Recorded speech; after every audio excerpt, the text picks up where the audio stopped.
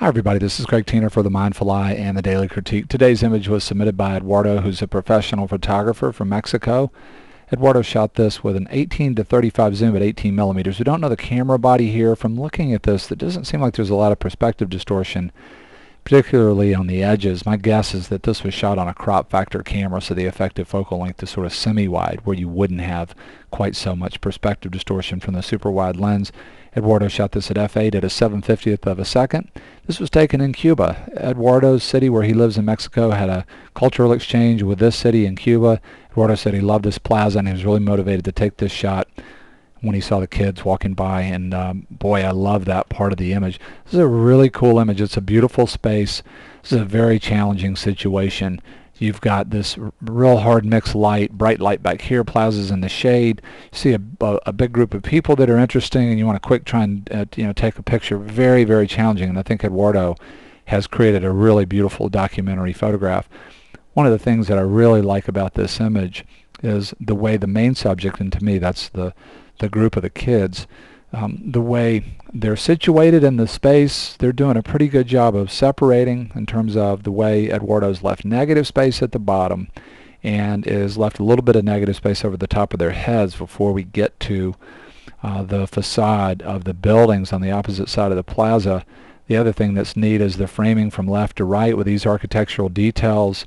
These spheres do a really beautiful job of rhyming the idea of individual kids and groupings of kids, and then just the design of the buildings in the background with all these archways. That does a real beautiful job of immediately coming back in and rhyming the idea of the groupings of the kids. And then in the negative space of the sky, the clouds are doing the same thing. So even though this is a complicated image, there are a lot of things that are working together to help to simplify it. The other thing that's true is that the design of the buildings and then just the brickwork or the tile work in the plaza, that's a real nice rhythm. I also like the way the negative space at the bottom is balancing negative space at the top, where Eduardo's gone up over the top of the buildings. Love the fact that this is in black and white. To me, it's psychologically congruent with the space. This seems more like an old world space.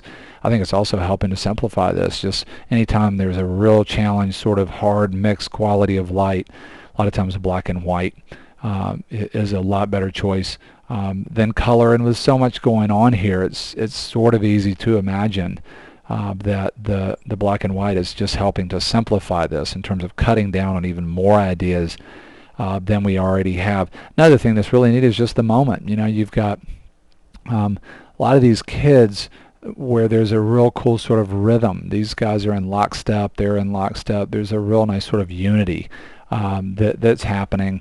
And there's also a real powerful feeling in this image of Eduardo sort of being the fly on the wall, and this is just real life, and he's seeing it. And this is a school of thought in documentary photography that's very powerful. It's just cinema verite, the fly on the wall, and I get a sense of that, like this is a classic photograph.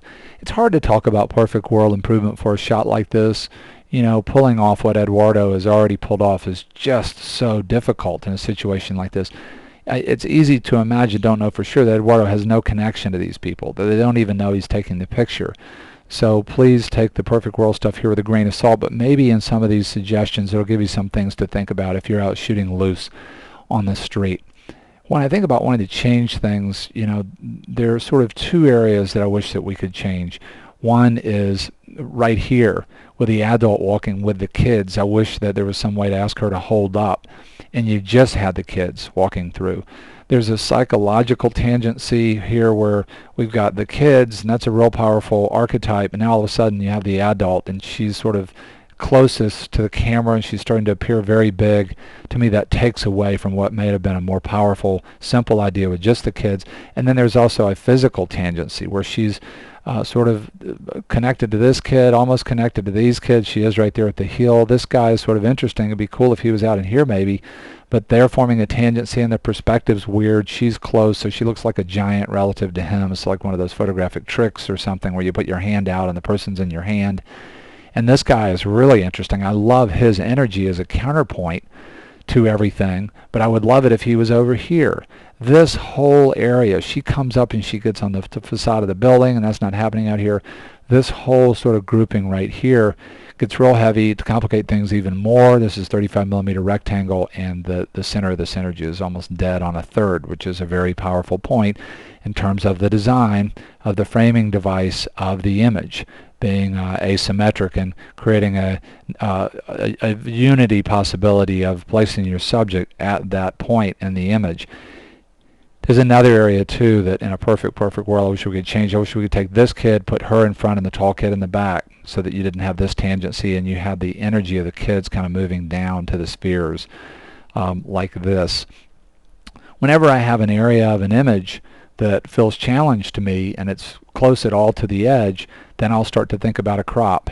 And this is just a variation that I might think about here if I wanted to simplify this and make it more graphic. And I'm not saying that we need to. It's a real classic documentary shot. I could see coming over to somewhere like this, just to the back of those kids' shoes, and just simplifying it, just having the kids. It does cut down on the longer line of the kids. And that was really nice as a counterpoint to the back of the shot. But now the back of the shot is shorter. You also don't have this area over in here now that can kind of pull you up into a flat space shape, even though the cloud's really nice, moving us back in on a minor diagonal. If I cropped here, then I would think about doing some Photoshop work to make the kids come forward. So let's go to layers. I've kept those hidden today to try and make the critique a little bit more interesting. I'm going to do that from now on unless everybody tells me they hate that idea. I came in and I did a curves adjustment, and I really created a lighting effect to make it look like there was direct light hitting in the plaza just behind the kids. This is one really cool thing about black and white. You can make a huge radical change to value, and you get away with it. And if this was a color file, you'd never get away with this. It just wouldn't look right no matter how you did it. It'd be very, very difficult to pull this off in color, to make that big of a change. And then I'd come in and darken the sky, and then sort of go high contrast even more to really kind of make this more graphic. I'm trying to just make it more about the kids.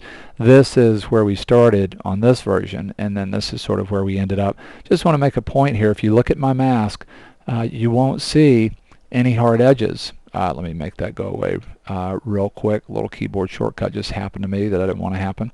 And there you see another mask where everything is very, very soft. And so I just wanted to mention that if you're new to the Daily Critique, when I'm editing on a mask to make changes like this, I almost always have zero hardness on the brush, and I work at very low opacities and build them up. 30% is almost as high as I would ever go, and if I'm working at 100% and going real, critical work, a lot of times my opacity would be starting at somewhere around 10%, and I would build up from there. Just wanted to mention that. Say something else.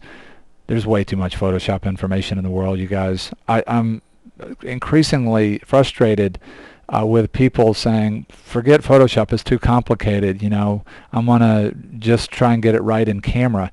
Finishing your image has always been a part of photography. It's a big part of the tradition of photography. Photoshop gives us more control than ever.